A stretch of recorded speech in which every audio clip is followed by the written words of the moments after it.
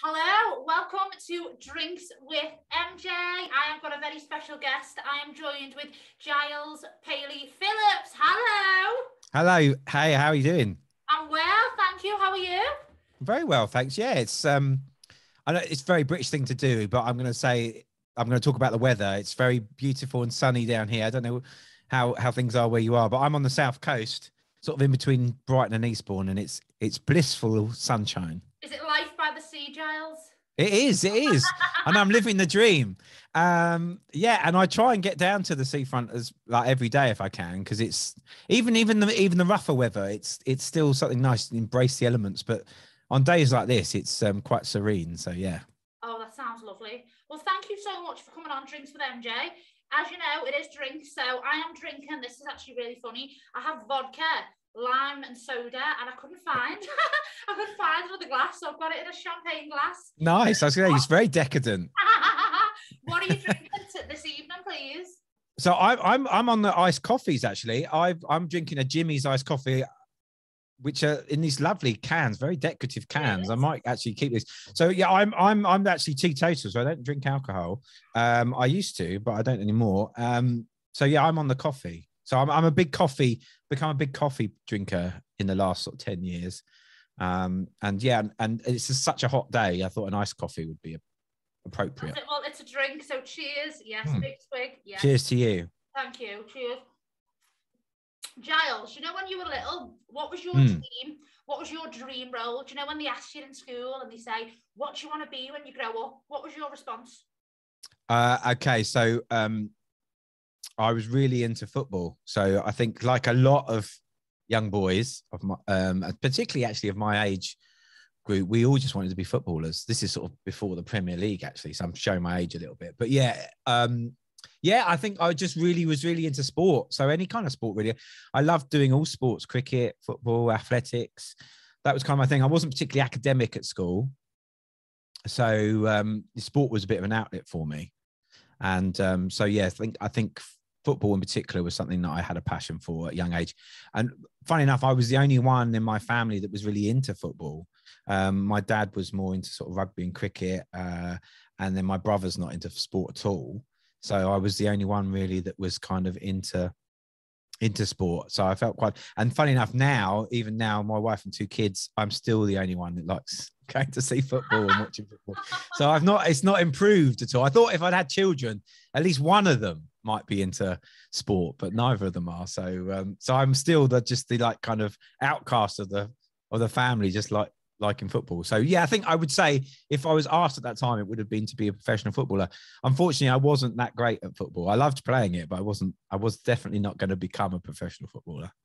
Where do you think it all changed then? When you got a little bit older, you started to realise, like, do you know what? I'm actually not going to go forward with this. And when did your passion for writing come about? So yeah, I mean, I think so during sort of secondary school, like I say, I wasn't particularly academic. I didn't do very well in my GCSEs. I only passed one of them, which was English, ironically. Obviously, I've become a writer since. So I really struggled academically. I had lots of good friends and stuff. And like I say, I had outlets like sport and stuff, but it wasn't until I went to college and I started sort of looking into other courses and stuff that I got a passion for music. And I met some like-minded people, kind of, we say this a lot these days, but I found my tribe. And there were some people that were really into alternative rock music. And I just got in with a group of people that were really passionate about music and learning instruments. And so I started learning the guitar and started playing around with kind of writing my own material. I was sort of learning kind of other people's songs, but at the same time, I really wanted to write my own material. And I was a guy called Joe that I hung around with a lot, and we started sort of dabbling with writing music and stuff, and then starting to write lyrics, which is something I'd never sort of thought about doing before. And yeah, that's kind of how the writing started in a way, because I was writing these lyrics, and I got into poetry, and I was reading more at that point. And yeah, I think it's through the music really that I got into writing. But so my passion was really about becoming a musician at that point. Wow. So yeah, we did a band. Me and Joe did a band together, which was all right. He was a very talented singer and songwriter, and that band kind of broke up. And then we kind of set about. We were both really passionate about it, so we kind of set about starting a new band. We got a drummer and a bassist, and then for about 3 or 4 years, that was kind of all I was into doing was, and we got to tour and do lots of big festivals, and we had a management deal. So, and we released a couple of EPs, and funny enough, we've come back full circle. We've just re-released some of those old stuff on Spotify recently and iTunes.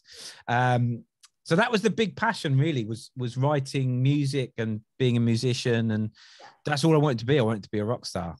You wanted to be a rock star. I wanted to be a rock star, yeah. And I think, but that was my first taste of sort of the creative life, really. Like I say, sort of before that, it was all more sports and stuff. But it just finally finding these people that were like-minded and had similar kind of outlook on life, and just finding those connections, and finding those things that you enjoy doing, and finding a passion for something, particularly something creative, was really, it was a real eye-opener, and sort of set me on my way, really. I learned so much in that period about myself and about the world, and it was a really exciting time. So so doing the band and stuff was what I did for ages. And like I say, we toured around, and the Glastonbury. We did. Yeah. How oh my God, it was quite surreal, really, because I was talking to someone about this yesterday randomly. I was in a coffee shop and I was just randomly talking about it.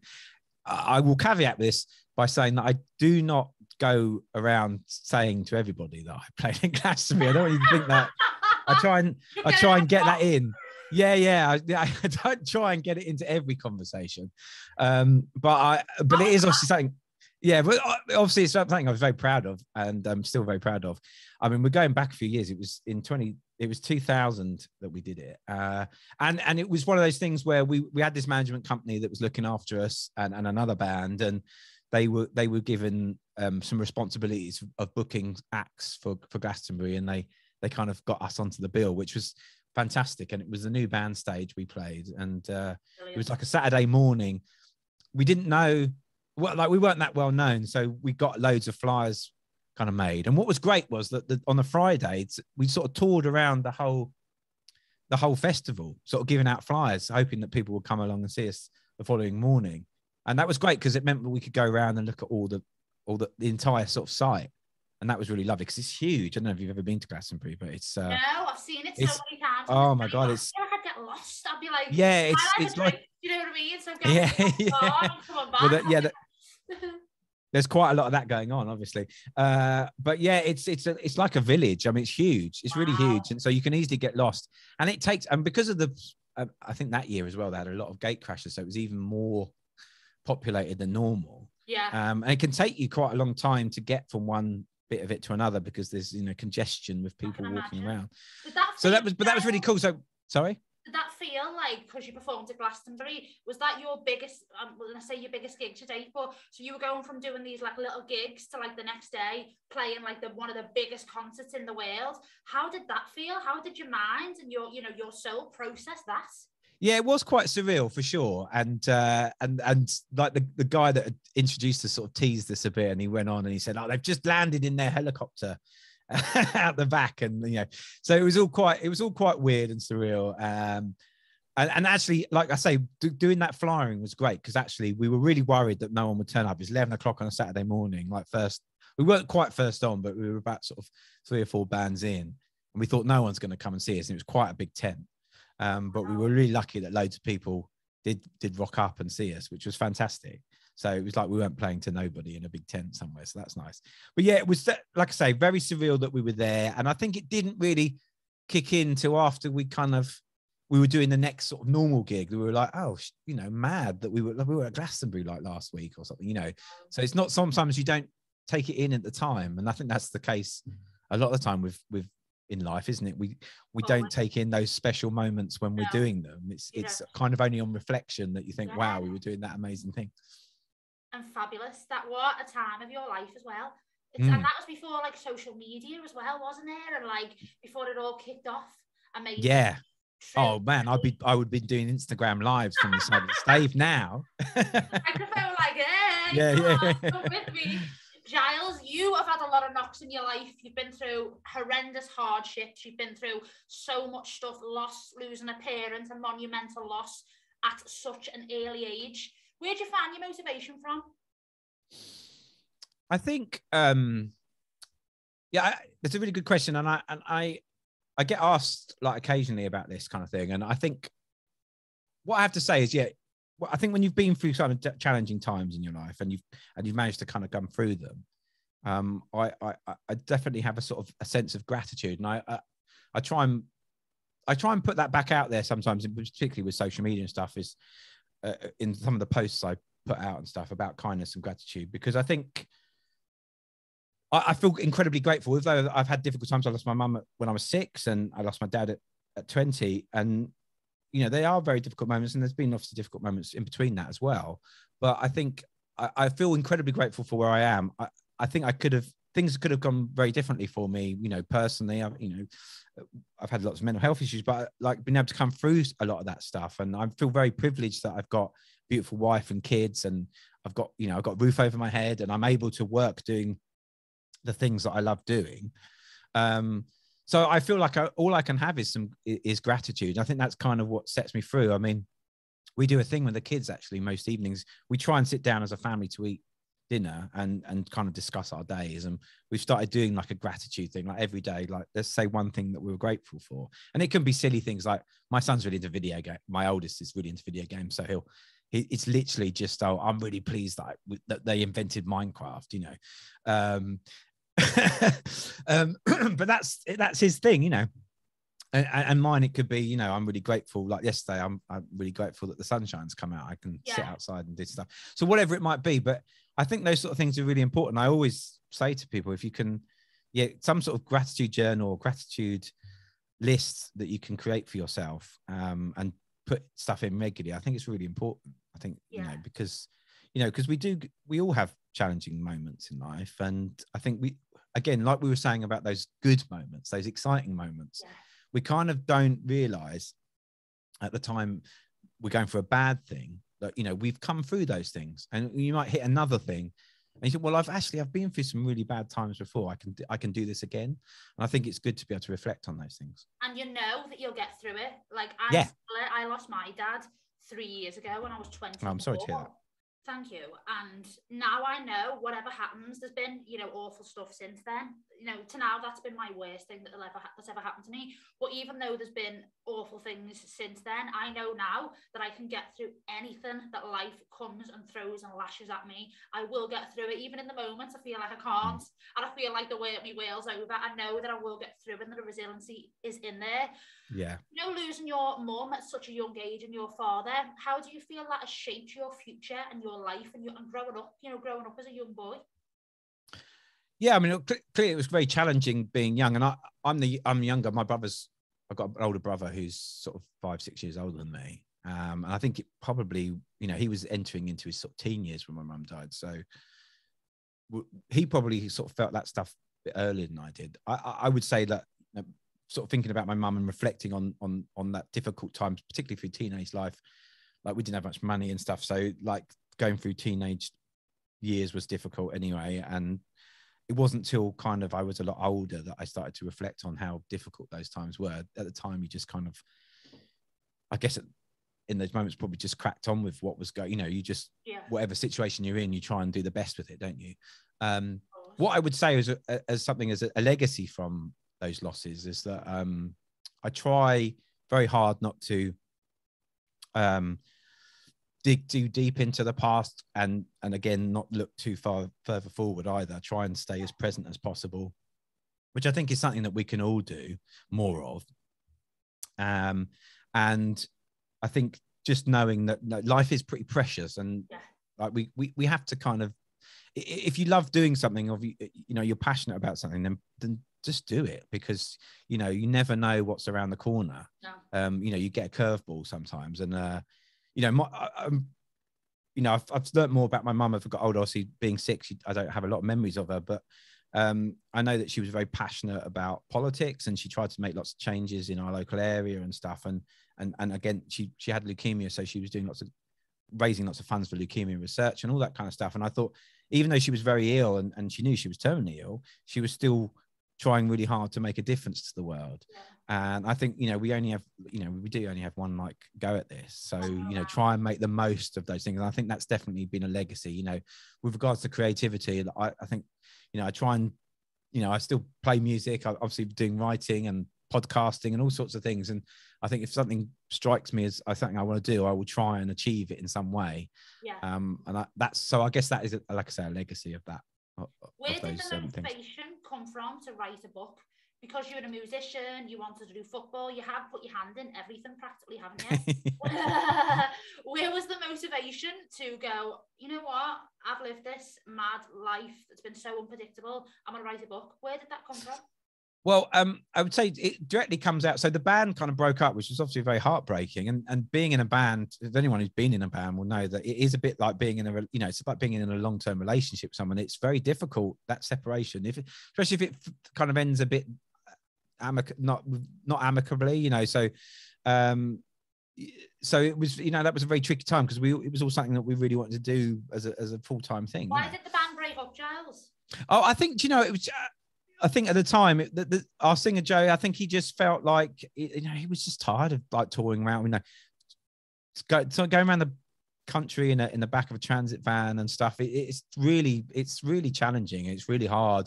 And if you don't see that there's anything like, if the thing's not moving forward as you want it to, then I think that's really tough. And I think it's definitely, as we started to get older, and I think we had, I guess, different priorities and stuff. And he found a passion for doing something else, and that, that's fair enough. I think at the time, I think I probably found it very difficult to sort of understand why you would want to let go of this magical thing. But on reflection, I can totally understand it now. Like it wasn't, it was quite gutty at the times, so that's fair enough. But it takes an older head to sometimes realize those things. It was at the time, it was very, it was very challenging. So I think after the back of that, just thinking I really still want to keep my hand in creatively. I was still doing stuff. I still play with the drummer from that band today. We still do music, but wanting to do something slightly different. And I guess around the time my wife said she was pregnant with our first son, I thought I'd like to do something that was for him, like come up with a story or a song or something.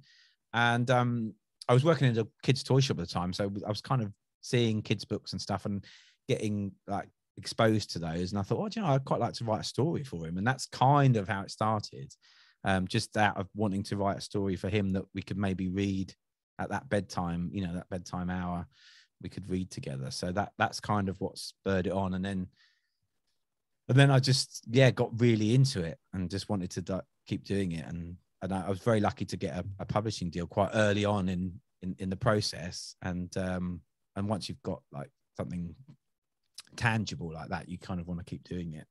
How did you feel when, like, the night before you sent it to the publisher and all your words were on paper and they were in front of you? How was you feeling in that moment? Like, tomorrow is the day. Yeah, I think I was probably quite, I don't know. I just sort of blasted it out to every publisher I could find an email address for, That's what we're doing. Yeah. And just hope that someone's, I mean, you only need one yes, right? So it was just a case of hoping that someone would like it. And I guess that's what it was. So yeah, I was quite bloody minded about it. I just wanted to get it out there and see what happened. I mean, I guess I've always been quite cynical about these things, and not in a bad way, but just as a protective kind of thing, that if it happens, it happens. If it doesn't, it doesn't. But I guess by just putting it out there, then there's a chance that it might. And I was just very lucky that there was a publisher that really, really liked it and wanted to publish it, and and then gave me the confidence to keep going with it. Yeah. I know one of your most recent books is about the characters in the book are based on like true events in your life and true people in your life. How do you differentiate from these people who are in your life and putting it into your book? How do you cope with your like mental health on that side, like triggering and like memories and going back to that emotional time?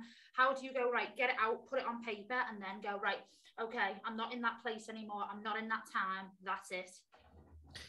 Yeah, so I think you're probably referring to 150 Days, which was my first adult book. And it was a really hard write because it is very semi-autobiographical. There's lots of stuff. Yeah.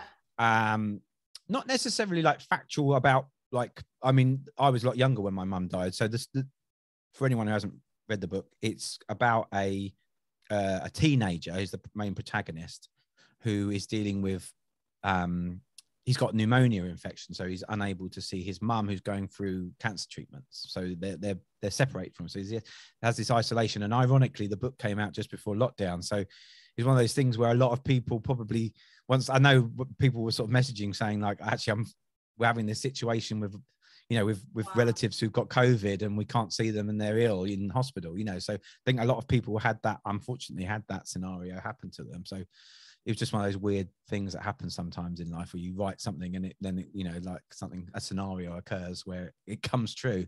So anyway, that really happened to me. Like my mum was going through cancer, her leukemia treatments, and I was getting physiotherapy for pneumonia. Obviously, I was a lot younger than the protagonist in the book. I made the protagonist older because I wanted to reflect some of those emotions that I was feeling when I was a teenager.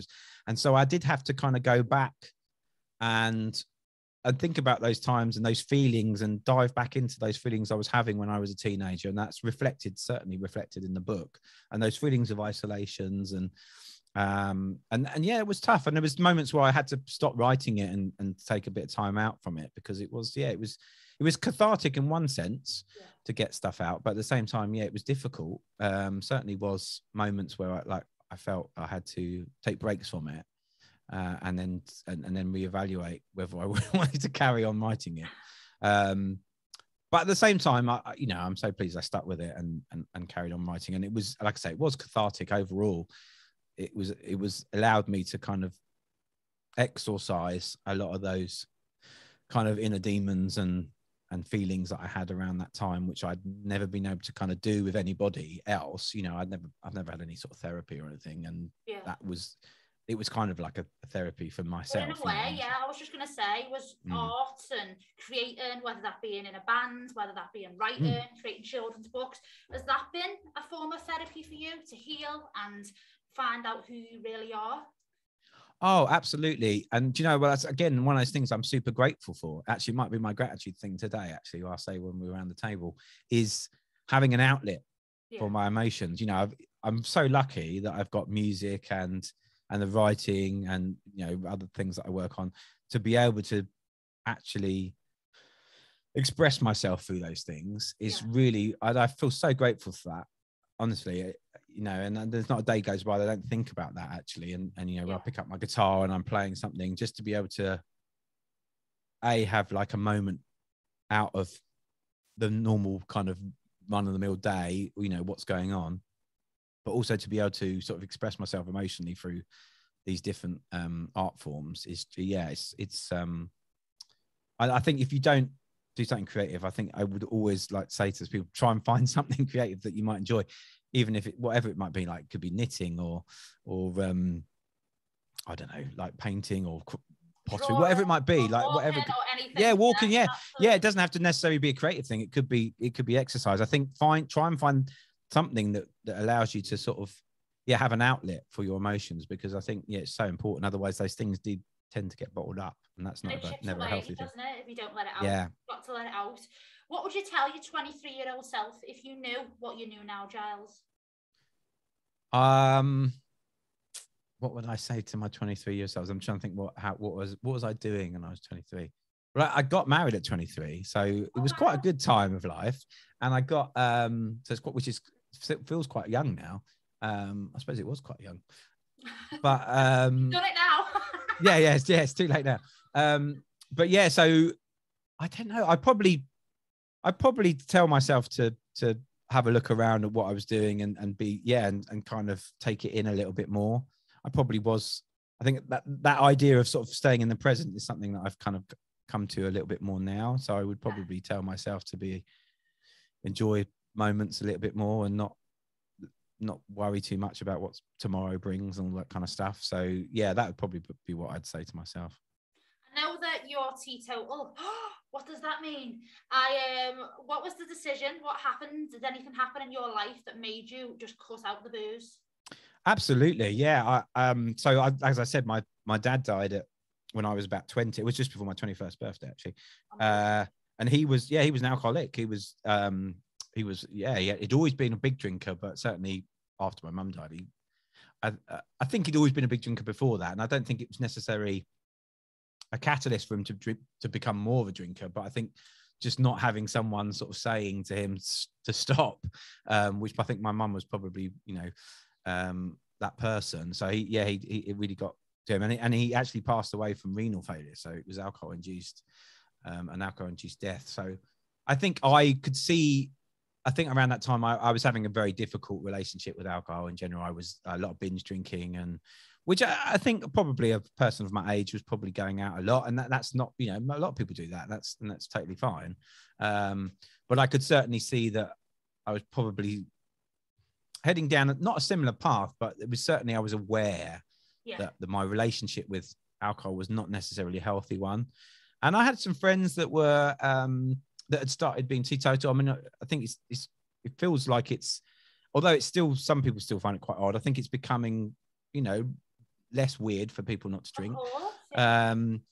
But I think at the time it was still quite weird, and we were, you know, our Friday, Saturday nights were always spent down the pubs with our friends. So, but I had a couple of friends who, pub, can't you now? And like, yeah, you know, we live in a world now, like, where drinks, and there's all these fancy bottles and glasses that look like a cocktail and look like a mocktail. So we, you know, we live in that world now as well. So that's really, really cool and good. So that was it then, going through that personal trauma that made you. Yeah, definitely.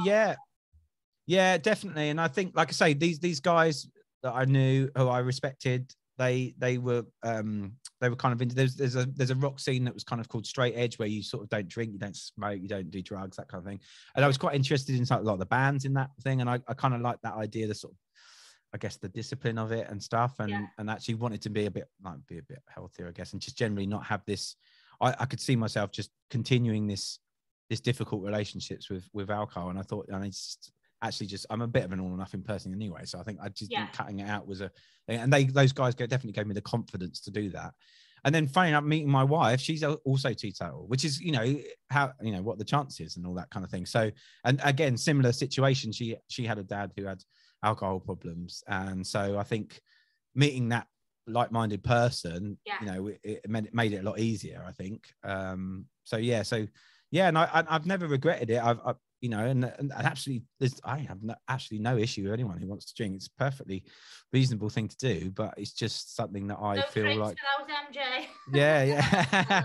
But that's cool. It's all cool, and I go out still. You know, I still go out with mates and stuff, and they go, and it's cool, and I have a giggle, and I laugh, you know, and I help them get in a cab on the way home. You know, it's all fine.